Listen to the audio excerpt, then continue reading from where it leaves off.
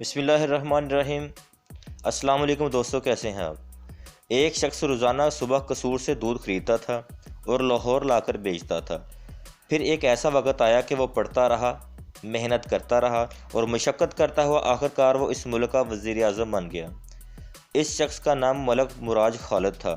دنیا میں آئنسٹائن کو بھی آسانی نہیں ملی۔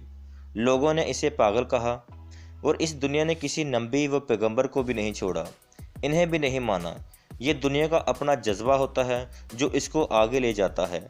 ایک اسکول کے باہر غبارے بک رہے تھے۔ اس سے پہلے میں آپ کو بتانا چاہتا ہوں، اگر آپ نے ابھی تک ہمارے چینل کو سبسکرائب نہیں کیا، اس کو سبسکرائب کریں چینل کو، اور بیل آئیکن کو لازمی پریس کریں تاکہ ہماری ہر نئی آنے والی ویڈیو آپ کو بر وقت ملتی رہے، اور ویڈیو کو لائک ضرور کیجیے گا۔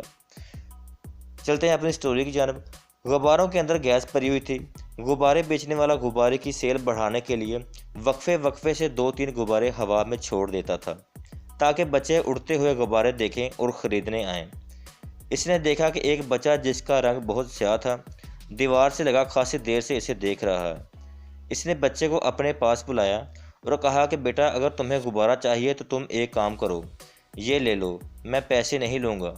اس بچے نے کہا، نہیں انکل، میں تو یہ دیکھنا چاہ رہا ہوں کہ کیا کالے رنگ کا غبارہ اڑ سکتا ہے یا نہیں۔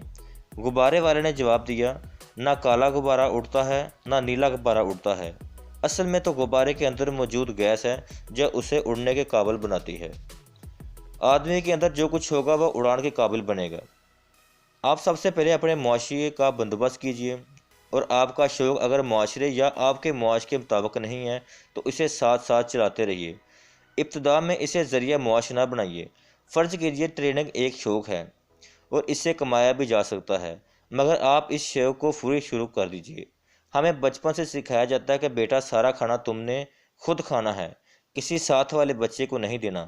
جب اتنی تنگ دلی ہوگی تو پھر آدمی کا وژن دوسروں کو فائدہ دینے کے لیے، ملک کو نفع اور معاشرے کو بدلنے کے لیے نہیں ہوگا۔ تجزیہ یہ ہے کہ ہر فیلڈ میں اوسطاً 80% لوگ ناکام ہوتے ہیں اور 20% کامیاب ہوتے ہیں۔ کامیاب ہونے والے کیوں کامیاب ہوتے ہیں؟ کیونکہ انہوں نے کامیاب ہونے کا فیصلہ کیا ہوتا ہے، ورنہ 80% کبھی بھی نہیں چاہتے کہ وہ کامیاب نہ ہوں۔ انسان جب سے دنیا میں آیا ہے، ساری مزاحمت اسی کے لیے ہے۔ جو انسان یہ ثابت کرتا ہے کہ میں اس مزاحمت کو نہیں مانتا، مجھے اس مزاحمت کی رکاوٹ کو توڑ کر آگے بڑھنا ہے، وہی کامیابی پاتا ہے۔ اگر آپ کو ہماری یہ ویڈیو پسند آئی ہے تو اپنے دوستوں کے ساتھ شیئر کریں۔ Thanks for watching. السلام علیکم۔